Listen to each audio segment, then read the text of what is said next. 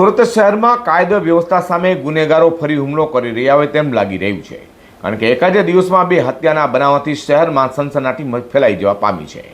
ડિંડોલી બાદ ઉધનામાં જૂની અદાવત લોહિયાર બની હોય તેમ તીક્ષ્ણ હત્યારાથી થયેલા હુમલામાં એક યુવકનું કરુણ મોત નીપજવા પામ્યું હતું, જ્યારે બીજો હાલ હોસ્પિટલમાં જીવન મરણ વચ્ચે ઝઝૂમી રહ્યો છે। રથયાત્રા પૂર્વે સુરત શહેરમાં કાયદો અને વ્યવસ્થાને પડકારતી હત્યાની ઘટનાઓ વારંવાર બની રહી છે। તો સુરતના ડિંડોલીમાં એક યુવાનની હત્યા કરેલી લાશ મળ્યાના કલાકોમાં જ ઉધનામાં પણ હત્યાની ઘટના બની હતી।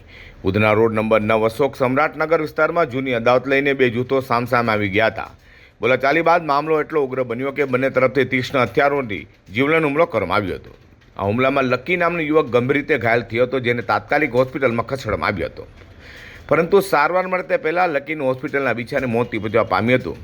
જ્યારે જાવેદ નામનો અન્ય ઇસમ ગંભીર ઇજાઓ સાથે હોસ્પિટલમાં સારવાર હેઠળ હોય તે પણ જીવન મરણ વચ્ચે ઝોલા ખાઈ રહ્યું હોવાનું તબીબોએ જણાવ્યું છે।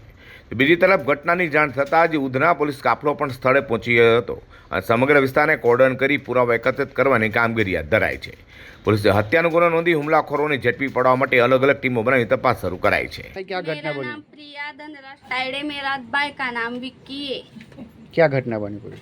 ओ मेरी मम्मी एक बार मेरे भाई को देखने गई थी, मेरा भाई बैठा था, फिर पिछली बार वो आवाज आई तो हम देखने गए, मेरा भाई ऐसा लेटा पड़ा था, उसने डायरेक्ट सामान घाल दिया, मेरे भाई को डायरेक्ट जगह पे ही खत्म कर दिया। पहले भी मेरे बाप को मारा, अभी भी मेरे भाई को मारा, पहले भी उसका हाथ था, अभी तो उसने सामने से वार किया, अभी आप उसको हमारे सामने लाओ, हम उसको मारेंगे।